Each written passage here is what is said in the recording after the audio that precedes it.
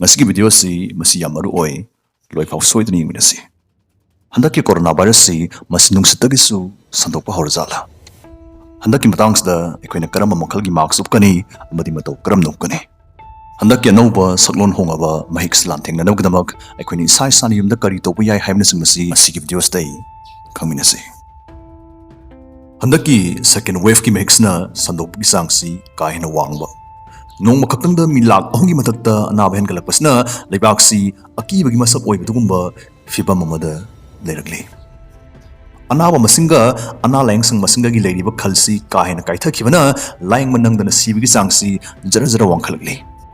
Sigumba awaba hena tabagi fibam stay safaraknaba doctor singna expert singna suna fongdongli. Madudi COVID-19 wani chingnaba layong amani hek thengnabaga hospital sungsoi shoidana chatkadabani haibasi masigi wakal sana thadokpiu sungma matalaite. Even test tawda COVID-19 positive oirafau asonba araiba layong sing mild symptom ulibasing dudi isana yumda layang jaba sana treatment pizabada damak phagalakpoi thoi mapung phana recover torpoi thoi dana fongdongli.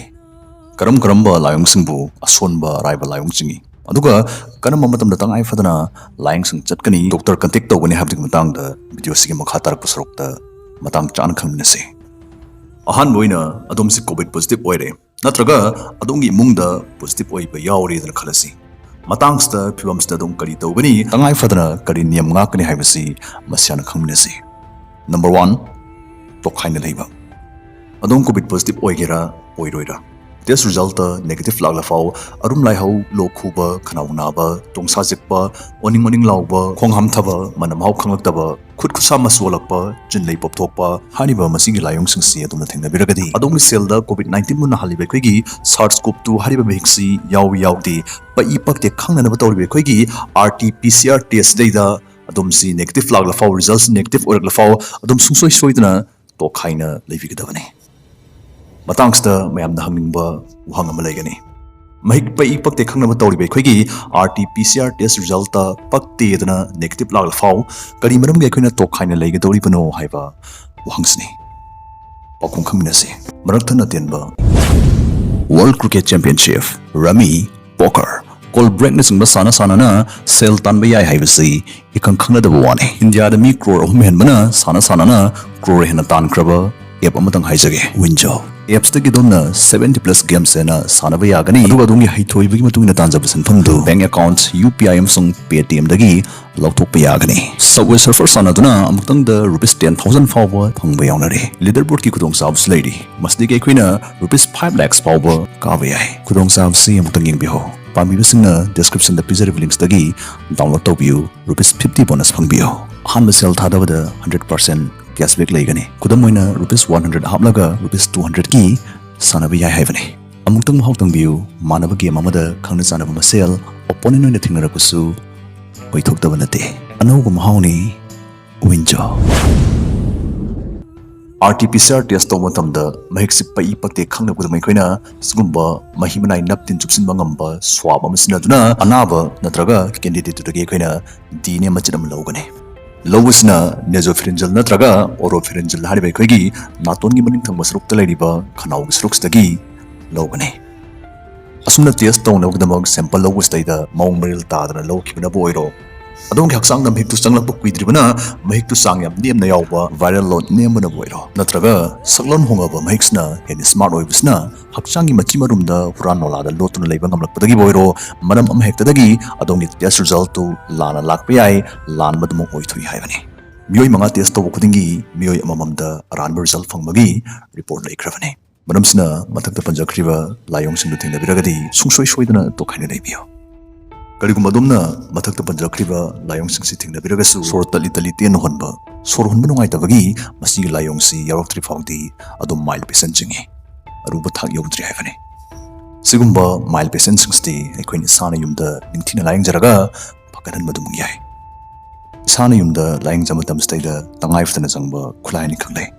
Hojiki matam study haiba khulaini se ekhoina yumthong khudingmakta tangai fadana thambagi maru oibdu leire khanjai. Number 1 oximeter. Masi ekhoina online dai irai laina leiba yaba podamane. Masi ekhoigi ide yawba oxygen gi chang onaba khulai amane.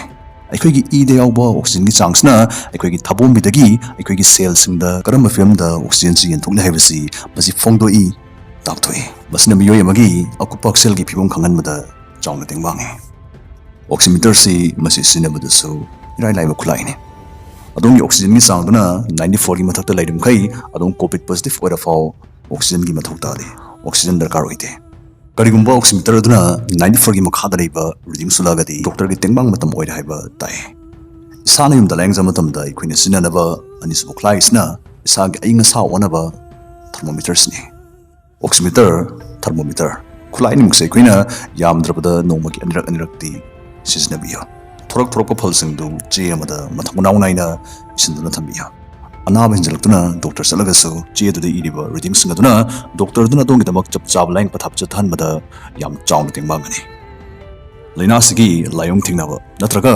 ꯃꯍꯤꯛꯁꯤ ꯇꯁꯦꯡꯅ ꯍꯛꯆꯥꯡꯗ ꯌꯥꯎꯔꯦ COVID positive ꯑꯣꯏꯔꯦ ꯈꯪꯕꯒ ꯏꯁꯥꯅ ꯌꯨꯝꯗ ꯇꯧꯖꯕ ꯌꯥꯕ ꯑꯗꯨꯒꯨꯝꯕ tips ꯈꯔꯒ ꯍꯥꯏꯖꯒꯦ ꯅꯝꯕꯔ 1 ꯃꯍꯤ ꯃꯅꯥꯏ ꯌꯥꯝ ꯊꯛꯄꯤꯕ ꯃꯊꯪꯗ ꯁ꯭ꯇꯤꯝ ꯏꯟꯍꯦꯂꯦꯁꯟ ꯍꯥꯏꯗꯤ ꯏꯁꯤꯡ ꯂꯨꯝꯕꯩ ꯑꯁꯥꯕ ꯃꯅꯤꯜ ꯍꯣꯟꯖꯤꯟꯕ ꯑꯍꯨꯝꯁꯨꯕꯗ ꯋꯥꯔꯝ ꯒꯥꯔꯒꯜ ꯏꯁꯤꯡ ꯂꯨꯝꯕꯨ ꯁꯥꯕꯅ ꯈꯅꯥꯎꯁꯤ ꯒꯨꯔꯨ ꯒꯨꯔꯨ ꯇꯦꯡꯊꯣꯛꯄꯤꯕ ꯃꯔꯛ ꯊꯠꯅ ꯑꯗꯣꯝꯕꯨ ꯑꯣꯏꯔꯣ ꯑꯗꯣꯝꯒꯤ ꯏꯃꯨꯡꯒꯤ ꯃꯤꯑꯣꯏ ꯑꯃꯗꯕꯨ ꯑꯣꯏꯔꯣ ꯀꯣꯚꯤꯗ ꯄꯣꯖꯤꯇꯤꯚ ꯑꯣꯏꯔꯒꯗꯤ ꯑꯅꯥꯕꯗꯨꯒꯤ ꯁꯦꯕꯥ ꯇꯧꯗꯣꯔꯤꯕ ꯍꯥꯏꯗꯤ ꯆꯥꯛ ꯏꯟꯁꯥꯡ ꯊꯤꯟꯖꯤꯟꯗꯧꯔꯤꯕ ꯁꯦꯕꯥꯔꯤꯗꯨ ꯁꯤꯟꯗꯣꯛ ꯁꯤꯟꯖꯤꯟ ꯇꯧꯕꯤꯒꯅꯨ ꯑꯇꯧꯕ ꯑꯃꯅ ꯑꯗꯨꯃꯛ ꯇꯧꯍꯟꯕꯤꯌꯨ ꯑꯅꯥꯕꯒꯤ ꯃꯅꯥꯛ ꯆꯪꯕ ꯈꯨꯗꯤꯡ ꯌꯥꯔꯤꯃꯈꯩ ꯅꯛꯁꯤꯟꯕꯤꯔꯣꯏꯗꯕꯅꯤ ꯑꯃꯗꯤ ꯁꯨꯡꯁꯣꯏ ꯁꯣꯏꯗꯅ N95 ꯃꯦꯛꯁ ꯎꯞꯄꯤꯒꯗꯕꯅꯤ N95 ꯂꯩꯇꯕ ꯊꯣꯛꯂꯒꯁꯨ ꯃꯦꯛꯁ 2 ꯂꯣꯜꯂꯒ ꯎꯞꯄꯤꯒꯅꯤ ꯃꯇꯧ ꯀꯔꯝꯅ ꯅꯤꯌꯣꯝ ꯆꯨꯝꯕꯅꯤ ꯂꯣꯟꯒꯅꯤ ꯍꯥꯏꯕꯗꯨꯁꯨ ꯈꯪꯃꯤꯟꯅꯁꯤ ꯃꯈꯥ ꯊꯪꯗꯧꯔꯤꯕ ꯆꯤꯟ ꯅꯥꯇꯣꯟꯒ ꯇꯥꯏꯅꯗꯧꯔꯤꯕꯗꯨꯅ ꯑꯩꯈꯣꯏꯒꯤ ꯐꯥꯔꯃꯥꯁꯤ ꯑꯃꯍꯦꯛꯇꯗ ꯐꯪꯕ ꯂꯨꯄꯥ 10 ꯄꯤꯕ ꯏꯆꯝ ꯆꯝꯕ ꯁꯔꯖꯤꯀꯦꯜ ꯃꯦꯛꯁ ꯑꯣꯏꯍꯟꯕꯤꯌꯨ ꯃꯁꯤ ꯎꯞꯄꯁꯤꯁꯨ ꯑꯩꯈꯣꯏꯅ ꯃꯍꯧꯁꯥꯒꯨꯝ ꯇꯔꯥꯏꯅ ꯗꯣ ꯍꯦꯛ ꯇꯨꯞꯁꯤꯟꯕꯗꯨ ꯇꯧꯕꯤꯅꯨ ꯍꯦꯟꯅ ꯁꯥꯐꯅꯕꯒꯤꯗꯃꯛ ꯑꯩꯈꯣꯏꯅ ꯃꯔꯤꯁꯦ ꯁꯨꯝ ꯑꯃꯨꯛꯇꯪ ꯍꯥꯟꯅ ꯂꯩꯁꯤꯜꯂꯝꯃꯒ ꯎꯞꯄꯤꯒꯅꯤ ꯃꯁꯤꯒꯤ ꯃꯇꯨꯡꯗ ꯑꯩꯈꯣꯏꯅ ꯁꯔꯖꯤꯀꯦꯜ ꯃꯦꯛꯁ ꯅꯠꯇꯕ ꯁꯤꯒꯨꯝꯕ ꯀ꯭ꯂꯣꯠ ꯃꯦꯛꯁ ꯑꯃꯅ ꯃꯊꯛ ꯇꯨꯞꯁꯤꯟꯕꯤꯒꯅꯤ ꯑꯅꯤ ꯂꯣꯟꯕꯒꯤ ꯆꯞ ꯆꯥꯕ ꯅꯤꯌꯝꯁꯤ ꯃꯁꯤꯅꯤ ꯑꯃꯕꯨ ꯑꯣꯏꯔꯣ ꯑꯩꯈꯣꯏꯅ ꯃꯦꯛꯁ ꯎꯞꯄ ꯃꯇꯝꯗ ꯑꯍꯣꯔꯥꯛ ꯅꯨꯡꯁꯤꯆꯠꯐꯝ ꯒꯦꯞ ꯑꯃꯗ ꯊꯝꯕꯤꯔꯣꯏꯗꯕꯅꯤ ꯌꯨꯝꯗ ꯂꯥꯌꯦꯡꯖꯔꯤꯕ ꯃꯤꯁꯛ ꯑꯃꯅ ꯀꯔꯝꯕ ꯃꯇꯝꯗ ꯗꯣꯛꯇꯔ ꯆꯠꯀꯅꯤ ꯀꯔꯝꯕ ꯂꯥꯏꯑꯣꯡꯁꯤꯡꯅ ꯑꯔꯨꯕ ꯁꯤꯔꯤꯌꯁ ꯑꯣꯏꯕ ꯂꯥꯏꯑꯣꯡꯁꯤꯡ ꯆꯤꯡꯏ ꯍꯥꯏꯕꯁꯤꯒꯤ ꯃꯇꯥꯡꯗ ꯑꯃꯨꯛ ꯀꯨꯞꯊꯅ ꯈꯪꯃꯤꯟꯅꯁꯤ ꯅꯝꯕꯔ 1 ꯉꯁꯥꯏꯁꯨ ꯍꯥꯏꯖꯈ꯭ꯔꯦ ꯑꯗꯣꯝꯒꯤ ꯑꯣꯛꯁꯤꯃꯤꯇꯔ ꯑꯗꯨꯅ ꯑꯗꯣꯝꯒꯤ ꯏꯗ ꯌꯥꯎꯕ ꯑꯣꯛꯁꯤꯖꯦꯟꯒꯤ ꯆꯥꯡꯗꯨ 94ꯒꯤ ꯃꯈꯥꯗ ꯍꯦꯛ ꯂꯩꯔꯦꯗꯅ ꯎꯠꯂꯛꯑꯕ ꯗꯣꯛꯇꯔ ꯀꯟꯇꯦꯛ ꯇꯧꯕꯤꯌꯨ ꯂꯣꯟ ꯐꯥꯏꯔꯤ ꯎꯆꯥꯔꯣꯟ ꯁꯦꯡꯗꯅ ꯉꯥꯡꯉꯛꯑꯕ ꯗꯣꯛꯇꯔ ꯀꯟꯇꯦꯛ ꯇꯧꯕꯤꯌꯨ ꯍꯧꯈꯤꯕ ꯅꯨꯃꯤꯠ ꯈꯔꯅꯤ ꯑꯗꯨꯗꯒꯤ ꯍꯦꯟꯖꯤꯟꯕ ꯃꯑꯣꯡꯗ ꯈꯣꯡ ꯈꯨꯠ ꯁꯣꯟꯊꯕ ꯁꯣꯔ ꯍꯣꯟꯕꯗ ꯋꯥꯕ ꯅꯨꯡꯉꯥꯏꯇꯕ ꯊꯕꯥꯛ ꯅꯥꯕ ꯆꯤꯟꯕꯥꯟ ꯑꯃꯁꯨꯡ ꯃꯥꯏ ꯍꯤꯒꯣꯛ ꯃꯆꯨ ꯆꯪꯂꯞꯅ ꯃꯆꯨ ꯑꯣꯜꯂꯛꯄ ꯍꯥꯏꯔꯤꯕꯁꯤꯡꯁꯤꯗꯒꯤ ꯑꯃꯍꯦꯛ ꯊꯦꯡꯅꯕꯗ ꯊꯤꯟꯊꯗꯅ ꯗꯣꯛꯇꯔꯒꯤ ꯇꯦꯡꯕꯥꯡ ꯂꯧꯕꯤꯌꯨ ꯗꯣꯛꯇꯔꯁꯤꯡꯗ ꯌꯥꯝ ꯇꯣꯏꯅ ꯍꯪꯂꯛꯄ ꯋꯥꯍꯪ ꯑꯃꯅ ꯀꯣꯃꯣꯔꯕꯤꯗꯤꯇꯤꯁ ꯍꯥꯏꯗꯤ ꯍꯥꯟꯅꯒꯤ ꯃꯁꯥꯒꯤ ꯂꯩꯅꯥ ꯂꯩꯕ ꯗꯥꯏꯕꯦꯇꯤꯁꯄꯨ ꯑꯣꯏꯔꯣ ꯊꯃꯣꯏ ꯂꯩꯅꯥꯕꯨ ꯑꯣꯏꯔꯣ ꯅꯠꯇ꯭ꯔꯒ ꯃꯤꯔꯣꯟꯕꯤ ꯅꯨꯄꯤꯕꯨ ꯑꯣꯏꯔꯣ ꯃꯈꯣꯏꯗ ꯃꯍꯤꯛꯁꯤ ꯆꯪꯂꯛꯄ ꯇꯥꯔꯒꯗꯤ ꯃꯈꯣꯏꯗꯤ ꯁꯣꯏꯗꯅ ꯂꯥꯌꯦꯡꯁꯪꯗ ꯄꯨꯈꯠꯄꯤꯒꯗ꯭ꯔꯥ ꯍꯥꯏꯕ ꯃꯁꯤꯒꯤ ꯋꯥꯍꯪꯁꯤꯅꯤ ꯋꯥꯍꯪꯁꯤꯒꯤ ꯄꯥꯎꯈꯨꯝꯗꯤ ꯄꯨꯈꯠꯇꯕ ꯌꯥꯕꯒꯤ ꯆꯥꯡꯅ ꯍꯦꯟꯅ ꯋꯥꯡꯉꯤ ꯁꯥꯙꯥꯔꯣꯟ ꯃꯤꯑꯣꯏ ꯑꯃꯒꯨꯝ ꯃꯈꯣꯏꯁꯨ ꯍꯥꯏꯖꯈꯤꯕ ꯀꯥꯡꯂꯣꯟꯁꯤꯡꯗꯨ ꯉꯥꯛꯇꯨꯅ ꯂꯥꯏꯑꯣꯡꯁꯤꯡꯗꯨꯒꯤ ꯐꯤꯚꯝ ꯀꯨꯞꯁꯤꯟꯁꯤꯟꯅꯗꯨꯅ ꯌꯨꯝꯗ ꯂꯥꯌꯦꯡꯖꯕ ꯃꯇꯝꯗ ꯐꯒꯠꯂꯛꯄꯒꯤ ꯆꯥꯡ ꯍꯦꯟꯅ ꯋꯥꯡꯉꯤꯗꯅ ꯔꯤꯄꯣꯔꯠ ꯀꯌꯥꯗ ꯎꯠꯂꯤ ꯗꯣꯛꯇꯔꯁꯤꯡꯅꯁꯨ ꯐꯣꯡꯗꯣꯛꯏ ꯑꯔꯣꯏꯕ ꯑꯣꯏꯅ ꯑꯩꯈꯣꯏ ꯍꯧꯖꯤꯛ ꯀꯣꯚꯤꯗ-19ꯁꯤ ꯃꯁꯤ ꯑꯦꯌꯔꯕꯣꯔꯟ ꯑꯣꯏꯔꯦ ꯅꯨꯡꯁꯤꯠꯇꯩꯁꯨ ꯁꯟꯗꯣꯛꯄ ꯉꯝꯂꯦꯗꯅ ꯍꯥꯏꯅꯔꯤꯕꯁꯤꯒꯤ ꯃꯇꯥꯡꯗ ꯃꯆꯥ ꯇꯥꯅ ꯑꯃꯨꯛꯇꯪ ꯈꯪꯃꯤꯟꯅꯁꯤ ꯂꯦꯟꯁꯦꯠ ꯍꯥꯏꯔꯤꯕ ꯃꯦꯗꯤꯀꯦꯜ ꯖꯔꯅꯦꯜꯁꯤꯅ ꯄꯥꯡꯊꯣꯛꯄ ꯁ꯭ꯇꯗꯤ ꯑꯃꯗ ꯀꯣꯚꯤꯗ-19ꯁꯤ ꯃꯁꯤ ꯑꯦꯌꯔꯕꯣꯔꯟ ꯑꯣꯏꯔꯦ ꯂꯥꯏꯆꯠꯁꯤ ꯅꯨꯡꯁꯤꯠꯇꯩꯁꯨ ꯁꯟꯗꯣꯛꯄ ꯉꯝꯂꯦ ꯍꯥꯏꯕꯒꯤ ꯊꯥꯖꯅꯤꯡꯉꯥꯏ ꯑꯣꯏꯕ ꯈꯨꯗꯝ ꯆꯥꯡꯗꯝ ꯄꯨꯊꯣꯛꯈ꯭ꯔꯦ ꯃꯁꯤꯃꯛꯅ ꯑꯩꯈꯣꯏꯒꯤ ꯃꯄꯥꯜꯒꯤ ꯅꯨꯡꯁꯤꯠꯁꯤ ꯃꯍꯤꯛꯁꯤꯅ ꯁꯧꯗꯨꯅ ꯂꯩꯔꯦ ꯍꯥꯏꯕꯗꯤ ꯅꯠꯇꯦ ꯃꯁꯤꯗ ꯃꯔꯨꯑꯣꯏꯅ ꯃꯈꯣꯏꯅ ꯐꯣꯡꯗꯣꯛꯂꯤꯕꯗꯤ ꯃꯔꯨꯑꯣꯏꯅ ꯅꯨꯡꯁꯤꯠ ꯅꯨꯡꯁꯥ ꯅꯤꯡꯊꯤꯅ ꯐꯪꯗꯕ ꯏꯟꯗꯣꯔꯁ ꯍꯥꯏꯗꯤ ꯏꯃꯨꯡꯒꯤ ꯅꯨꯡꯁꯤꯠꯇꯗꯤ ꯃꯍꯤꯛꯁꯤ ꯄꯨꯡ 3-4 ꯐꯥꯎ ꯍꯤꯡꯗꯨꯅ ꯂꯩꯕ ꯉꯝꯕ ꯃꯔꯝꯅ ꯃꯁꯤꯗꯒꯤ ꯂꯩꯅꯥꯁꯤ ꯁꯟꯗꯣꯛꯄ ꯉꯝꯃꯤ ꯍꯥꯏꯕꯅꯤ ꯅꯨꯡꯁꯤꯠꯇꯒꯤ ꯁꯟꯗꯣꯛꯄꯒꯤ ꯆꯥꯡꯁꯤ ꯃꯄꯥꯟꯗꯒꯤ ꯏꯃꯨꯡꯗꯅ ꯍꯦꯜꯂꯤ ꯍꯥꯏꯕꯅꯤ ꯑꯁꯤꯒꯨꯝꯕꯁꯤ ꯂꯩꯔꯕꯅꯤꯅ ꯑꯩꯈꯣꯏꯅ ꯏꯃꯨꯡꯗ ꯃꯤ ꯎꯅꯕ ꯋꯥꯔꯤ ꯋꯥꯇꯥꯏ ꯁꯥꯕ ꯃꯇꯝꯗ